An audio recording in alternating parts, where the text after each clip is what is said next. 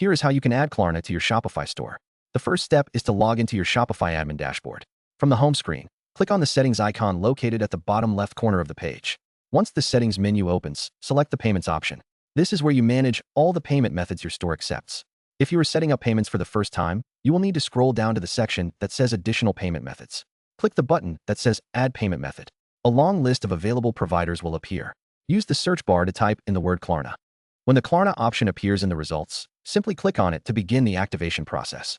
You will now be guided through Klarna's own setup flow, which requires you to create a Klarna merchant account or sign into an existing one. You will need to provide business details such as your company registration number and banking information for settlements.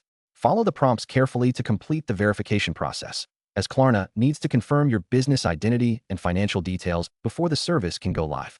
Once your Klarna account is verified and connected, Klarna will automatically appear as an active payment method in your Shopify payment settings if you are in a supported region. For most users, it integrates directly with Shopify payments without needing separate API keys. After activation, visit your online store as a customer, add a product to the cart, and proceed to checkout. You should now see the Klarna payment option, offering your customers the ability to pay later or in installments.